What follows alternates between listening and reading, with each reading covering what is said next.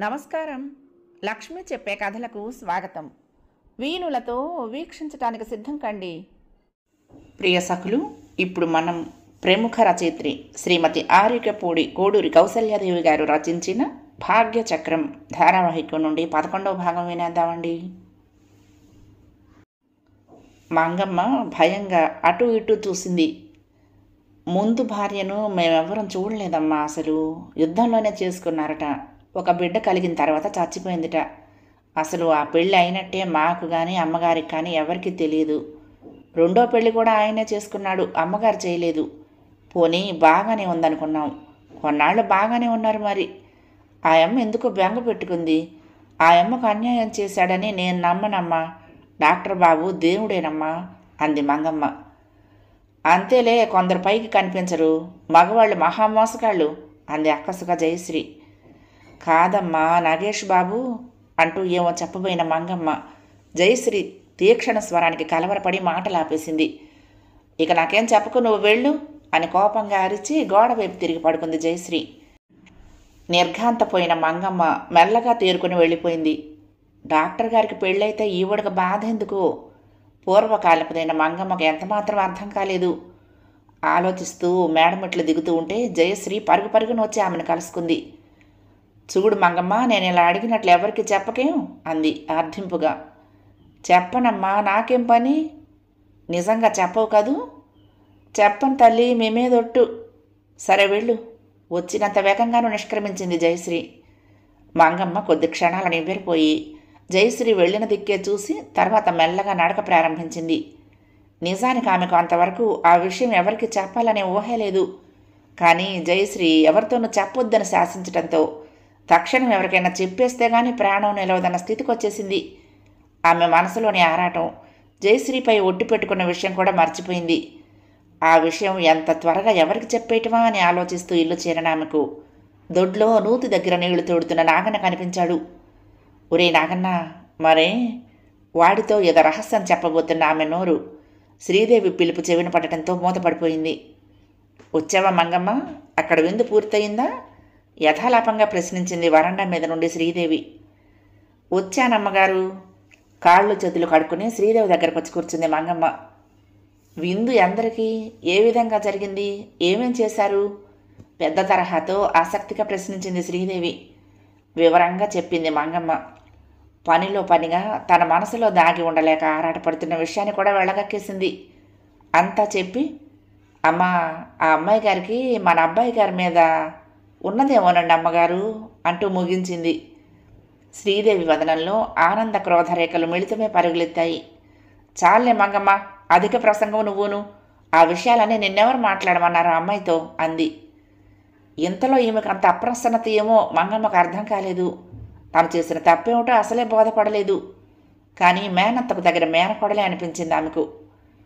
వెళ్ళి నీ పని చూసుకో, ఇంకెవరి దగ్గర నోరు జారబోకు, ఈ విషయం మర్చిపో అని ఆజ్ఞాపిస్తూ అక్కడి నుండి తన గదిలోకి వెళ్ళిపోయింది శ్రీదేవి. అక్కడే మంగమ్మకు వచ్చిన చిక్కు. మామూలుగా ఎన్ని విషయాలు మాట్లాడుకున్నా ఆమెకు ఇబ్బంది ఉండదు. కానీ ఎవరితోనూ చెప్పకు అని మాత్రం ఎవరైనా అన్నారు అంటే ఇక అది కనిపించిన ప్రతి వారితోనూ చెప్పేసే వరకు నిద్రపట్టదు. ఫలితంగా ఆ రహస్య విషయం వాడకట్టులో అమ్మలక్కలందరి నోళ్లలో నలుగుతుంది. పొద్దుపోయి ఇంటికి వచ్చిన కొడుకుని, ఎక్కడికి వెళ్ళావు? మామయ్య గారింటికి విందుకని వెళ్ళిన వాడివి తిరిగి ఇదేనా రావటం అంది శ్రీదేవి. అక్కడ భోజనాలు అయ్యాక అత్యవసరంగా విశాఖపట్నం వెళ్ళానమ్మా చెప్పాడు. ఏం, మళ్ళీ ఏ పేషెంట్ విషయమేనా? ఎవరినైనా తీసుకొచ్చావా? లేదమ్మా, వేరే పని. పేషెంట్ విషయమే అనుకో. అన్నట్లు నా భోజనం అయింది, అక్కడే చేసొచ్చాను. నువ్వేమీ శ్రమపడకు, ఇలా కూర్చో అన్నాడు దుస్తులు మార్చుకుని సయ్యపై వాలుతూ. ఎక్కడా, శ్రీలక్ష్మి ఇంట్లో కాదు కదా? ఆ ప్రశ్నను తప్పించాడు శ్రీనాగేష్. నా కోసం ఎవరైనా వచ్చారా నేను లేనప్పుడు? శ్రీధర్ నిద్రపోయాడా అడిగాడు. ఆ మాత్రం గ్రహించలేని తెలివిలేమి లేదు శ్రీదేవికి. అర్థం చేసుకున్నా అన్నట్టు ఒక నిశ్వాసం వదిలింది. ఉండు, కాసిన పాలైన తాగి పాడుకుందో గాని అంటూ లేచి వెళ్ళి పాల గ్లాసుతో తిరిగొచ్చింది. నీకు నా మాటలు ఛాందసంగా కనిపించినా నా తల్లి ప్రాణం నీ గురించి గిలగిలలాడక మానదు. నా మాట నాదే, నీ నడవడి నీదే అంది కొంచెం నిష్ఠూరం ధ్వనింపచేస్తూ. పాలు తాగి గ్లాసు పక్కన పెడుతూ, లక్ష్మి ఇంటికి వెళ్ళినందుకమ్మా నీ కోపం అంతా అన్నాడు చిన్నగా నవ్వుతూ. ఆమె మాట్లాడలేదు. ఆమెతోనే పని ఉండి వెళ్ళినప్పుడు మరి ఆమె మర్యాదలను విధిగా స్వీకరించొద్దా అమ్మా? ఏమిటి నీకు ఆమెతో అంత పని? అవన్నీ నీకు కూడా చెప్పి విసిగించటం ఇష్టం లేదమ్మా. అందుకనే నీకు నేనేమీ చెప్పటం లేదు. మావయ్యకు నేను చేస్తున్న వైద్యం కేవలం మనస్తత్వ శాస్త్రంపై ఆధారపడి ఉంది.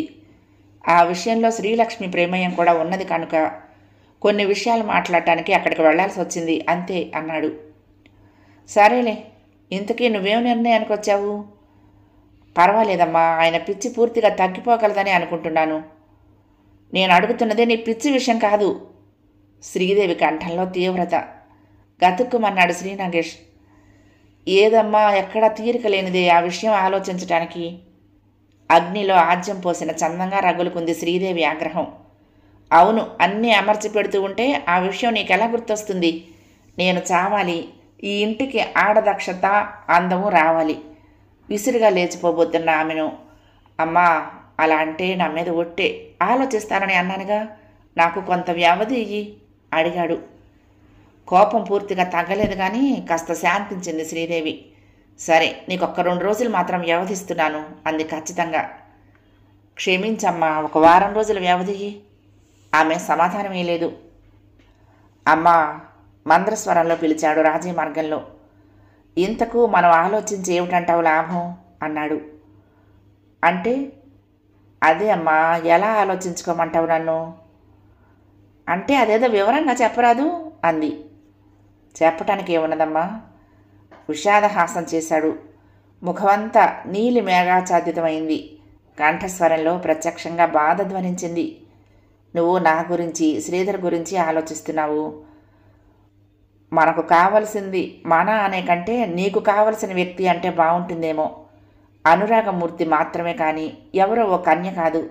ఈ ఇంటికి ఇంతకంటే నిండుతనాన్ని, సుఖశాంతుల్ని సమకూర్చగల సమర్థనీయ జ్ఞానమై కావాలి, అంతే కదా అన్నాడు. అవును, అక్షరాల అంతే. అయితే ఇక నేను ఆలోచించవలసింది ఏమీ లేదమ్మా. ఏమిట్రా నీ అడవి ధోరణి, నాకేమీ బోధపట్టం లేదు విసుక్కుంది శ్రీదేవి. పిచ్చి వాళ్ళకు వైద్యం చేసి చేసి నీకు కూడా పిచ్చెక్కిందనుకోనా?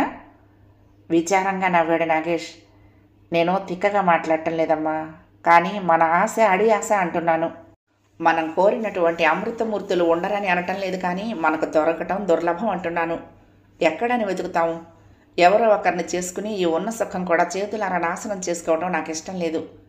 అయినా 2 సార్లు పెళ్ళయి 2 భార్యలను సాగనంపిన వాణ్ణి తిరిగి ఒక కన్యను ఆశించడం అపరాధం కాదా అమ్మా? నిండుగా నవ్వింది శ్రీదేవి. నువ్వలా మనసు విప్పి ఒక్కనాడైనా మాట్లాడావా? ఇలా మర్మం విడిచి మాట్లాడితే ఇక నాకు కావలసిందే ఉంది. జయశ్రీని నేర్పుగా అడిగి అంగీకరింపజేస్తాను అంది. నీకటువంటి ఆలోచనలు తగవమ్మా. పాపం కర్మకాలి ఆ అమ్మాయి ఏదో వైద్యానికి వస్తే ఇలా మాట్లాడతావేంటి అన్నాడు. నేనేమి అసంబద్ధంగా మాట్లాడటం లేదు. ఇవాళ మధ్యాహ్నం జరిగిన విషయం విను. జయ కూడా ఎందుకు సుముఖంగా ఉన్నదో లేదో నీకే తెలుస్తుంది. మంగమ్మ చెప్పింది నాకు ఈ విషయం అంది. విషయమంతా విన్న శ్రీనాగేష్ ఏమాత్రం చెల్లించలేదు. ఆ అమ్మాయి ప్రవర్తనలోనే తెలుస్తున్నది కదా ఆమెకి ఏమాత్రం అభిమానం ఉందో మంద్ర గంభీర స్వరంతో అన్నాడు. పర్వాలేదురా, చిన్నతనం మూలాన విన్న వెంటనే తట్టుకోలేక లోపలి భావాలను వ్యక్తపరిచేసింది అంతే. నా మాటను తీసేయదనే గట్టి నమ్మకం ఉంది. అయినా ఆలోచించి చూస్తే ఇక ఆమెకు మనంగాక ఎవరున్నారు? ఉన్న అవకాశాన్ని కాలదన్నుకునేటంత తెలివి తక్కువదంటావా? ఆలోచనలతో ఉన్న శ్రీనాగేష్ మాట్లాడలేదు. తానే అంది శ్రీదేవి. వివేకం, సహనగుణం లేనిదే అంత చదువుకున్న పిల్ల ఈ పల్లెటూళ్ళలో పడి పిచ్చి తండ్రితో అలా వేగుకొస్తున్నదా పాపం? అసలు ఆనాడు నిన్ను తృణీకరించకపోతే ఇంత ఘోరాలు జరిగి ఉండేవే కాదు. ఆనాటి తన తప్పిదాన్ని ఈసరికి గుర్తించకుండా ఉంటుందంటావా? విషాద గంభీర స్వరంతో అన్నాడు శ్రీనాగేష్. జయ విషయాలు నీకంటే నాకు బాగా తెలుసమ్మా. మనకెంత మాత్రమూ సరిపడదు. నిన్న వచ్చినప్పుడు శ్రీధర్ను చూసి ముఖం ఎలా చిట్లించుకుందో చూసావా? నా బాబుని అలా అసహించుకున్నా నిర్లక్ష్యం చేసి నా సుఖం కోసం ప్రాకులాడేటంత హీనుణ్ణి కాను నేను.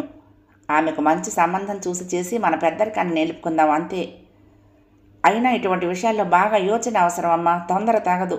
సరే పడుకుందాం, చాలా రాత్రైంది అన్నాడు. అంటూ భారంగా మూలిగి లేచి కదిలింది శ్రీదేవి. అమ్మా, అన్నట్టు రేపు మధ్యాహ్నం 2-3 అతిథులు రావచ్చు మన ఇంటికి, ముందే చెప్తున్నాను.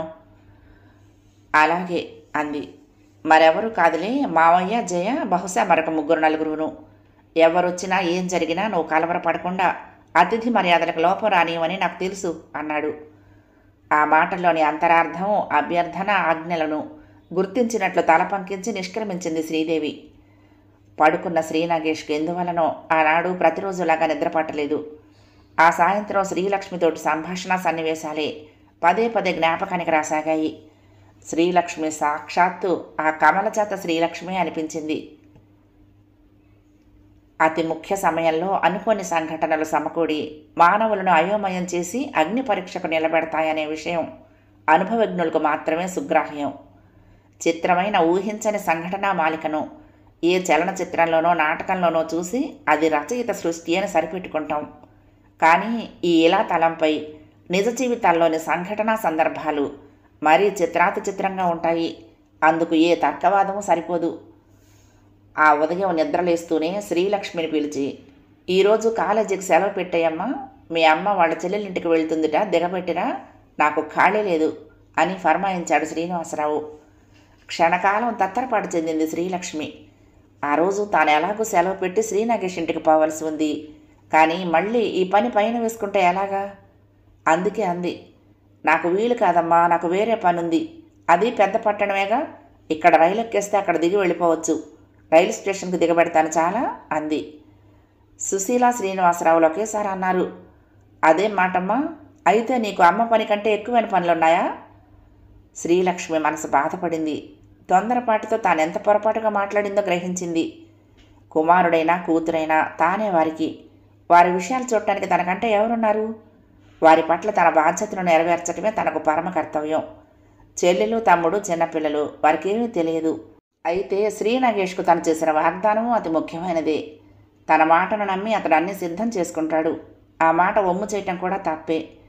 బాధ్యత నిర్వహణము, మాట చెల్లింపు రెండు ముఖ్యమే. క్షణాల్లో కర్తవ్యం నిర్ణయించుకుంది. సరేనమ్మా, 1 గంటలో బయలుదేరు, నిన్ను కారులో దిగబెడతాను. 2-2:30 గంటల్లో అక్కడికి చేరుకుంటాము. అక్కడ నిన్ను దింపేసిపోయి నేను నా పని చూసుకుంటాను.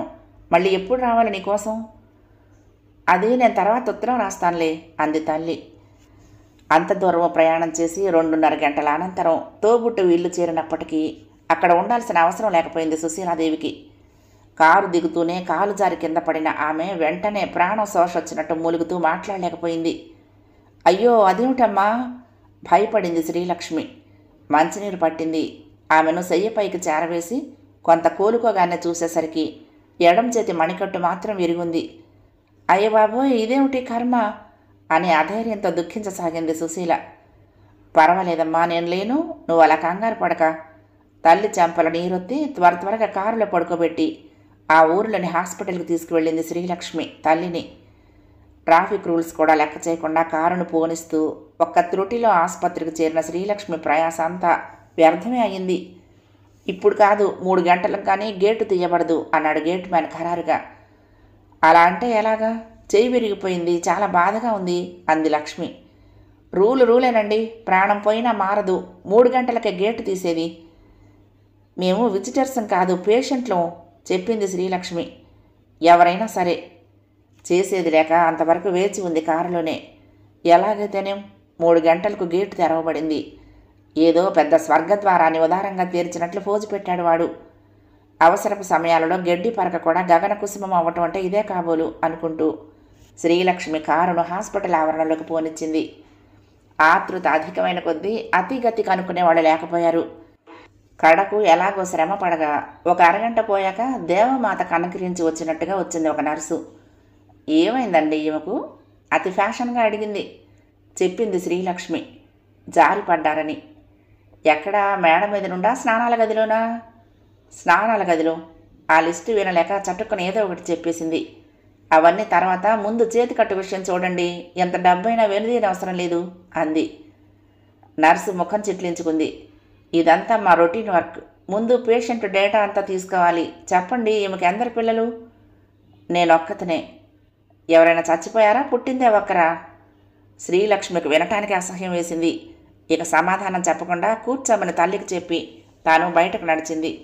వరండా గోడ మీద ఉన్న బోర్డులో అప్పుడు డ్యూటీలో ఉన్న డాక్టర్ల లిస్టు కనిపించింది. 5గురికి 3 డాక్టర్లు సిక్ లీవ్ పెట్టారు. ఒక ఆమె అంతవరకు ఒక ఆపరేషన్ చేసి అలసిపోయి ఉంది. మరొక 2 గంటలు విశ్రాంతి తీసుకుంటే కానీ ఎవరిని చూడదు. ఇంకొక ఆయన ఎక్కడికో షికారుకి వెళ్ళాడు. డ్యూటీలో ఉండగా షికారు ఏమిటి బుద్ధి లేక అని అడగాలనిపించింది కోపంలో. కానీ తమాయించుకుంది. మరొక 2 గంటల వరకు ఈ బాధ భరించలేరు. కనీసం ఫస్ట్ ఎయిడ్ చేయటానికైనా ఎవరూ లేరా అడిగింది. లేరు, నర్సు టెక్కుగా చెప్పింది. ఛీ, హాస్పిటల్స్ ఇంత అధ్వానంగా ఎప్పుడు మారిపోయాయి. స్వాగతమే అయినా పైకే వినిపించాయి శ్రీలక్ష్మి మాటలు. ఆ షికారుకి వెళ్ళిన ఆయన తీసుకురాగలవా అంటూ 5 రూపాయలు తీసి వార్డు బాయ్ చేతిలో ఉంచింది. డబ్బు చూడగానే వాడి ముఖం వికసించింది. వెళ్ళి తీసుకొస్తాం, ఇప్పుడే మనిషిని పంపిస్తాను అని వెళ్ళిపోయాడు. లంచం తీసుకోవటం వంటిదే ఇవ్వటం కూడా అనే సంగతి సాధారణ వ్యక్తులందరికంటే తనకు బాగా తెలుసు. కానీ మరి అవసరాలు? ఇటువంటి క్లిష్ట పరిస్థితుల్లో తానే నీతిని విస్మరించింది కదా. మరి సాధారణుల సంగతి? ఓ పావుగంట గడిచింది. దివి నుండి భూమికి అవతరించిన ఆపద్బాంధవుడిలాగా ఫోజు పెట్టి ప్యాంటు జేబుల్లో 2 చేతులు ఉంచి టీవీగా ఎటూ చూడకుండా కర్రలాగా కదిలొచ్చాడు డాక్టర్ లింగరాజు. హలో డాక్టర్ రాజు, గుడ్ ఈవినింగ్. వయ్యారమంతా వలకబోస్తూ పలకరించారు అతన్ని అక్కడున్న నర్సులు 4. వాట్స్ ద మ్యాటర్ ధమధమలాడుతూ అడిగాడు అతడు నర్సుల్ని. వాళ్ళు వివరించారు. అంతవరకు శ్రీలక్ష్మి సుశీలల అస్తిత్వమే గుర్తించిన అతడి కళ్ళు ఇప్పుడు ఒక్కసారి తీక్షణంగా వారిపైకి తిరిగాయి. సుశీలాదేవి విరిగిన చేతిని అటు ఇటు తిప్పి చూశాడు. నేను 4th ఇయర్ మెడికల్ స్టూడెంట్ని, రిటైర్డ్ జడ్జి శ్రీనివాసరావు గారి అమ్మాయిని అని తనను తాను పరిచయం చేసుకుంది శ్రీలక్ష్మి. అతను అసలు పట్టించుకోనే లేదు. ఓసారి శ్రీలక్ష్మిని చూసి నర్సుల వైపు తిరిగి విసుగ్గా అన్నాడు. డాక్టర్లు కూడా మనుషులేనండి. డాక్టర్లకు వింత వినోదం విశ్రాంతి అక్కర్లేదా? ఎక్కడికి వెళ్ళినా అలా వెనకనే చాట పట్టుకుని వచ్చేస్తారెందుకు? No, that is too bad అన్నాడు. శ్రీలక్ష్మికి అసహ్యం వేసింది. వీడసలు డాక్టరేనా? ఆ భాష ఏంటి, ఆ మాటలేంటి, ఆ తీరేంటి అనుకుంది. వీరు కంగారు పడుతూ ఉంటే మీకోసం వచ్చామండి అన్నారు నర్సులు. ముఖం ముడుచుకొని ఒక పుస్తకం తీశాడు. ఎక్కడ పడ్డారు, ఎలా పడ్డారు? నర్సు అడిగిన లిస్ట్ అంతా డిటోగా అడగటం మొదలుపెట్టాడు. మధ్య మధ్యన అతడికి రాని విషయాలు వాళ్ళు చెప్పి సాయం చేస్తున్నారు. అసలు రహస్యం తెలిసిపోయింది శ్రీలక్ష్మికి. తెలివి తక్కువ అవతారం అన్నమాట. నర్సులు నేర్పుతున్నారు. అసలు అతడికి ప్రాథమిక విషయాలే బాగా తెలిసినట్లు లేవు. టెక్కు నిక్కు మాత్రం కావలసినంత ఉంది. అంతా రాసి పూర్తి చేసి ఇందులో ఏమంత కంగారు పడవలసి ఉంది, హాస్పిటల్లో జాయిన్ చేసేయండి, రేపు చూద్దాం అంటూ బయటికి పోయాడు. రేపా? ఆశ్చర్యం కూడా కాదు, మరో రకమైన అనుభూతితో అసహ్యంతో ప్రశ్నించింది శ్రీలక్ష్మి. అవును, నిర్లక్ష్యంగా అంటూ వెళ్ళిపోయాడు. డాక్టర్ గారు చెప్పారుగా, చేర్చేయండి. Joining fee? నర్సుల మాటల్లో సగంలోనే త్రుంచేసింది శ్రీలక్ష్మి. ఇవాళ చెయ్యి విరిగితే రేపొద్దుటి వరకు చికిత్స చేయించుకోలేనంత దుర్గతిలో మేము లేము. డాక్టర్ అయిన వాడు చెప్పవలసిన మాటైనా అది. ఇటువంటివి చూసే డాక్టర్లు, నర్సులు, హాస్పిటల్స్ అంటే రాను రాను విలువ తగ్గిపోతుంది. నడువమ్మ, వెళ్ళిపోదాం. తల్లిని లేవదీసి నడిపించసాగింది. డాక్టర్ గారి కంటే మీకు ఎక్కువ తెలుసా? నర్సు కినుకగా అంది. తల్లిని వెనక సీట్లోకి ఎక్కించి పడుకోబెట్టి తాను స్టీరింగ్ ముందు కూర్చుని తలుపు వేసుకుంటూ అంది శ్రీలక్ష్మి సమాధానంగా. నాకు తెలిసిందల్లా ప్రజల్లో 3/4 మంది ఏ రంగంలో ఉన్నా తమ విధులను మర్చిపోయి సినిమా ప్రణయాలని గుడ్డిగా అనుసరించాలనే వెర్రిలో పడిపోతున్నారని. ఈ హాస్పిటల్లో నాకు వైద్య సౌకర్యాల కంటే సినిమా ప్రభావాలు ఎక్కువగా కనిపిస్తున్నాయి అంటూ కారు స్టార్ట్ చేసింది. ఆ వెనకనే నర్సుల గొణుగుడు ఆ శబ్దంలో కలిసిపోయింది. గేటు దగ్గర మలుపు తిప్పడానికి స్లో అయిన కారు దగ్గరికి ఒక నర్సు పరుగున వచ్చింది. డాక్టర్ మిస్ సిల్వియా మిమ్మల్ని పిలుస్తున్నారు అంది. ఎందుకు? కారు ఇంజిన్ ఆపకుండానే ఎదురడిగింది శ్రీలక్ష్మి. ఎవరా సిల్వియా? ఇందాక ఆపరేషన్ చేసి అలసి ఉన్నారని చెప్పాం కదా, ఆమె. ఏమిటి విషయం? ఆమె గారి స్నేహితుడు ఒక ఆయన ప్రైవేట్ ప్రాక్టీషనర్ ఉన్నారు, డాక్టర్ రామ్మోహన్ అని. మీరు అక్కడికి వస్తే అక్కడ ఆవిడ ఆయన కలిసి కట్టుకడతారట, ఎక్స్రే తీసి. డబ్బు ఒక 90 వరకు అవుతుంది. ఇదన్నమాట అసలు ఏడుపు. ఇక్కడిచ్చే జీతాలు కాక ఇంకా ప్రైవేట్ ప్రాక్టీషనర్స్తో చేతులు కలిపి ఇక్కడికి వచ్చిన కేసులు అక్కడికి తీసుకుపోయి డబ్బు సంపాదిస్తారన్నమాట. అలా ఇచ్చుకోలేని వాళ్ళ గతి అధోగతే. చిచ్చి, ప్రాణాలు నిలబెట్టే ఈ మహత్తర విద్య ఇంతటి నీచుల చేతిలో పడి ఎంత దుఃఖిస్తున్నదో అనుకుంటూనే కారు వేగం హెచ్చించింది. సాయంత్రం వస్తాను, ఇంట్లోనే ఉండండి. శ్రీకాంత్ పంపిన చీటీ చూసి నిజంగా చాలా సంతోషమైంది జయశ్రీకి. కానీ వెంటనే అంగీకారం తెలపడానికి కొంచెం ఆలోచించుకోవలసి వచ్చింది. మధ్యాహ్నం ఒకసారి తప్పక తమ ఇంటికి రావాలని శ్రీ నాగేష్ ఆదేశం. అతడు ఏం మాట్లాడతాడో, ఎంత వ్యవధి తీసుకుంటుందో. ఆ సమయంలో ఆమెకు శ్రీ నాగేష్ పైన తన తండ్రి పైన కూడా చెప్పరాని విసుగుదల, ఆగ్రహం కలిగాయి. ఇవాళ కాదు, రేపు తప్పకుండా రండి అని సమాధానం పంపింది కడకు.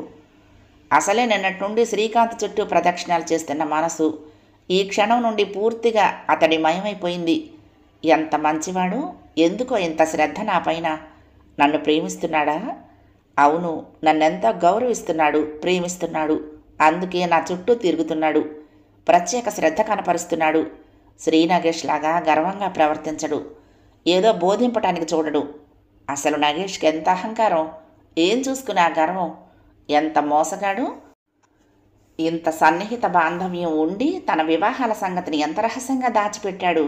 ఆ తల్లి మాత్రం ఎంతటి నటనా చతురత, అంతటి హుందాతనంలోనూ ఎంతటి అల్పత్వం. తన కుటుంబ రహస్యాలు ఏమైనా తెలియనిచ్చిందా? నయం, మోసపోయాను కాదు. ఛా, అసలెందుకో ఇక ఆ శ్రీ నాగేష్ మొహం చూడాలనిపించటం లేదు. వెగటుగా చీకాకుగా ఉంది. కానీ తప్పదు కదా, నాన్నగారిని ట్రీట్ చేస్తున్నాడు. ఆ విషయంలో అభినందించాల్సిందే. శ్రీకాంత్ని వివాహం చేసుకుంటే తిరిగి పట్నం పోవచ్చు, చదువును పునరుద్ధరింపవచ్చు.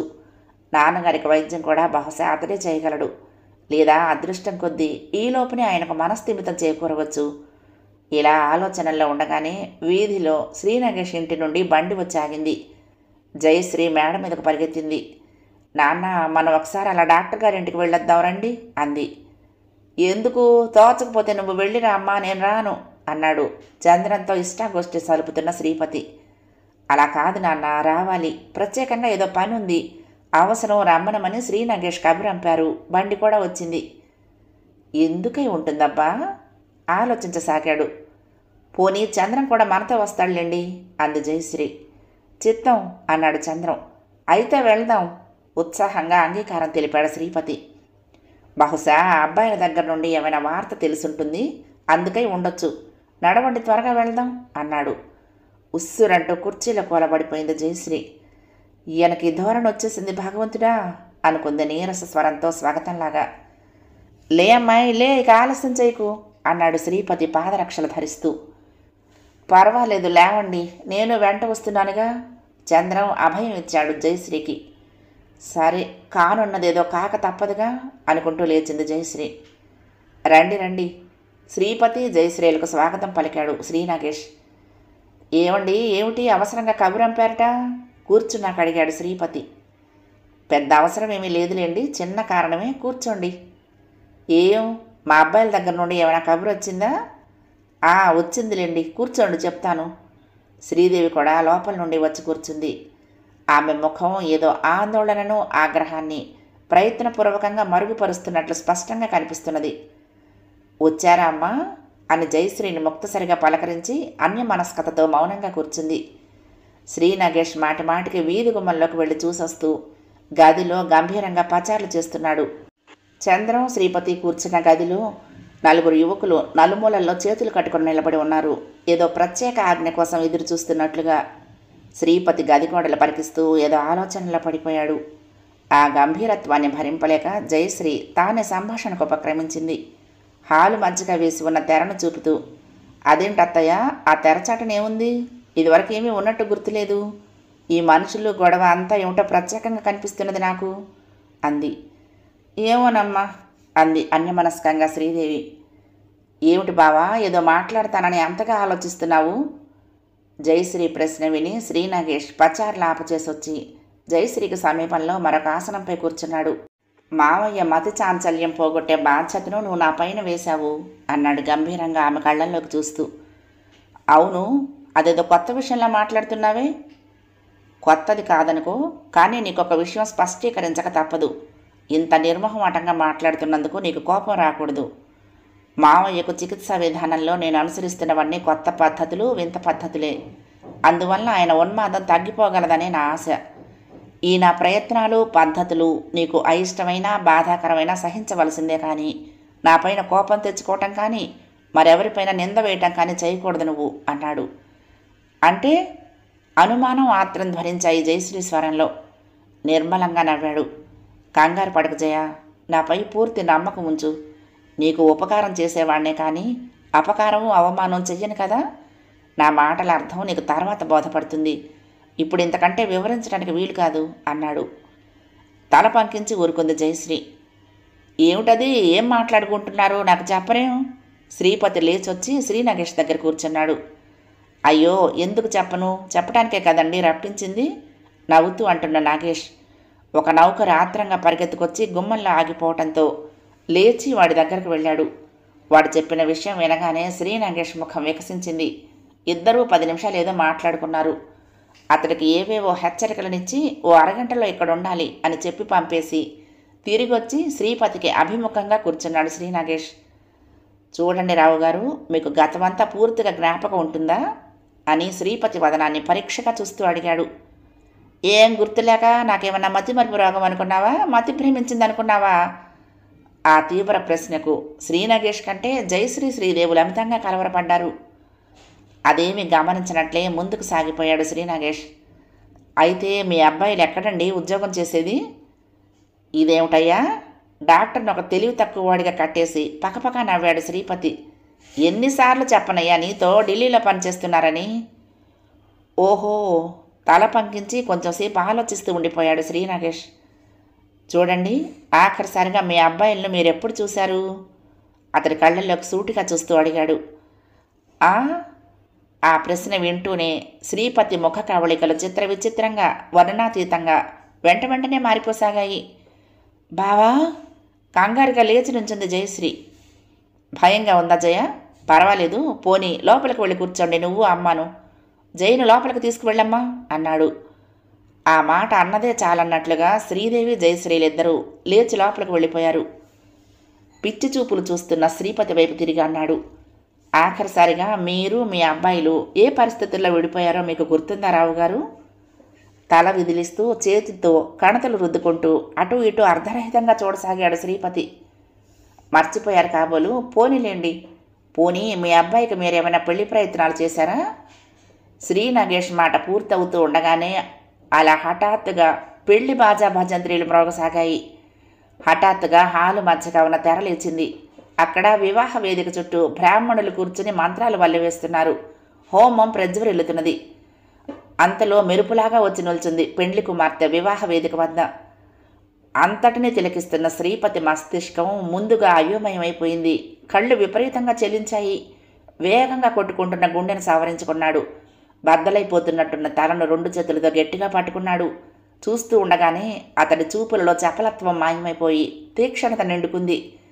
పసుపచ్చని పట్టుచీర, మందార రంగు జెరీ అంచు, అదే రంగు చోళి, తల నిండుగా చామంతులు, తగినన్ని నగలతో నిండు అలంకరణతో సాక్షాత్తు లక్ష్మీదేవిలా కదలక నిలబడిన శ్రీలక్ష్మిని చూస్తూనే శ్రీపతి కళ్లల్లో నెత్తురు జీరలు పేరుకున్నాయి.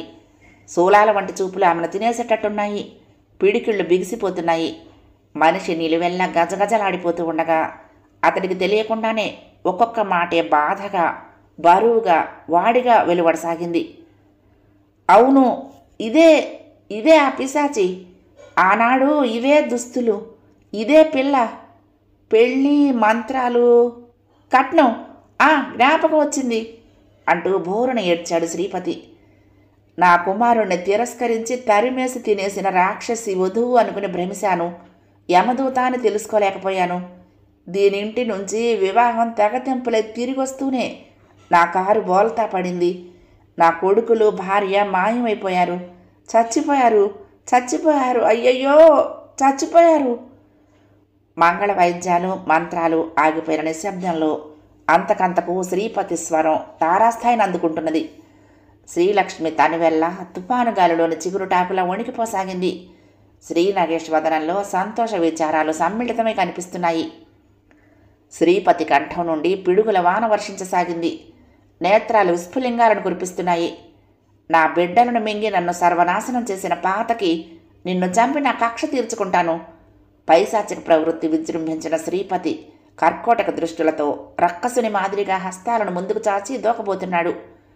వెంటనే శ్రీ నాగేష్ కంఠం బిగ్గరగా హెచ్చరించింది గది మారుమోగేటట్లు, జాగ్రత్త అంటూ. వీని వెంటనే మూలమూలలా సిద్ధంగా నిలబడి ఉన్న నర్సు, నౌకర్లు మొదలైన వారంతా శ్రీపతిని చుట్టుముట్టి బలంగా పట్టి ఎటు కదలనీయకుండా నిలబెట్టారు. రావుగారు, అలా మాట్లాడటం మంచిది కాదండి, కాస్త ఆలోచించండి అని శ్రీపతికి నచ్చజెప్పబోతున్న చంద్రాన్ని వారించాడు శ్రీనాగేష్. ఆ ఆవేశాన్ని అంతటినీ అలా బయటకు వచ్చేసేని, అడ్డు తగలకు అన్నాడు. ఇక ఎవ్వరూ అతడి వాగ్ధోరణికి అడ్డు తగలలేదు. కొంతసేపు తిడుతూ మరికొంతసేపు తనను తాను నిందించుకుంటూ మధ్య మధ్య ఏడుస్తూ సాగిపోయింది శ్రీపతి ప్రేలాపన. ఇక శ్రీనాగేష్ అతడి ధోరణిని పట్టించుకోలేదు. శిరస్సుపై నుండి పెద్ద భారం దిగిపోయినట్టుగా నిట్టూరుస్తూ పక్కకు తిరిగాడు. గుమ్మంలో నిలబడి అంతా చూస్తున్న శ్రీదేవి, జయశ్రీలు కనిపించారు అతడికి. శ్రీదేవి వదనంలో ఆందోళన, ఆశ్చర్యాలు. జయశ్రీ కళ్ళు నిప్పులు చెరుగుతున్నాయి. అది గమనించినట్లుగానే, ఏమీ పర్వాలేదు, ఒక్క పావు గంట పోయాక ఆయన స్థిమిత పడతారు, అప్పుడు ఇంటికి వెళ్ళిపోవచ్చు, లోపల కూర్చో జయ అంటూ ఆయనను అలాగే పట్టుకోండి, వదలద్దు అని మనుషుల్ని మరొక మారు హెచ్చరించి శ్రీలక్ష్మి దిక్కుగా నడిచాడు శ్రీనాగేష్. ఇంకా శ్రీలక్ష్మికి కంపం తగ్గలేదు. కాంచన కాంతులీనే వదనం రుధిరారుణ వర్ణం దాల్చింది. నేత్రాల నుండి హేమనాదాలే ప్రవహిస్తున్నాయి. కదలక మెదలక విగ్రహంలా నిలిచిన ఆమెను సమీపించి శ్రీలక్ష్మి అని పిలిచాడు. జవాబు లేదు. లక్ష్మిగారు, స్నేహవాత్సల్యాలతో ఆమె కళ్ళొత్తుతూ అనునయంగా లోపలికి తీసుకువెళ్లాడు. విస్ఫులింగాలు వర్షిస్తున్న కళ్లతో వచ్చి తమ మధ్య నిల్చున్న జయశ్రీని చూసి లిప్తపాటు కాలం విస్మయం అందినా వెంటనే సర్దుకుని తీవ్రంగా చూశాడు శ్రీనాగేష్. జయ, నువ్వు వెళ్ళి మామయ్య దగ్గరుండు అన్నాడు. జయ ఆ మాట వినిపించుకోక శ్రీలక్ష్మి వంక తిరిగి ఏదో అనబోతున్నదల్లా శ్రీనాగేష్ గర్జన విని ఉలుకుపాటుతో ఆగిపోయింది. జయ, నువ్వు మామయ్య గదిలోకి వెళ్ళు. ఆ ఆజ్ఞను ధిక్కరించటం 1000 మంది జయశ్రీలకు కూడా అసాధ్యం. 11వ భాగం సమాప్తం. ప్రియ సఖులు, ఈ కథ మీకు నచ్చితే తప్పకుండా లైక్ చేయండి, షేర్ చేయండి, కామెంట్ చేయండి, సబ్స్క్రైబ్ చేసుకుని నన్ను ఎంకరేజ్ చేయండి. ఉంటానండి. ప్రేమతో లక్ష్మి, కృష్ణాతీరం, దుర్గమ్మ సన్నిధానం. నమస్తే.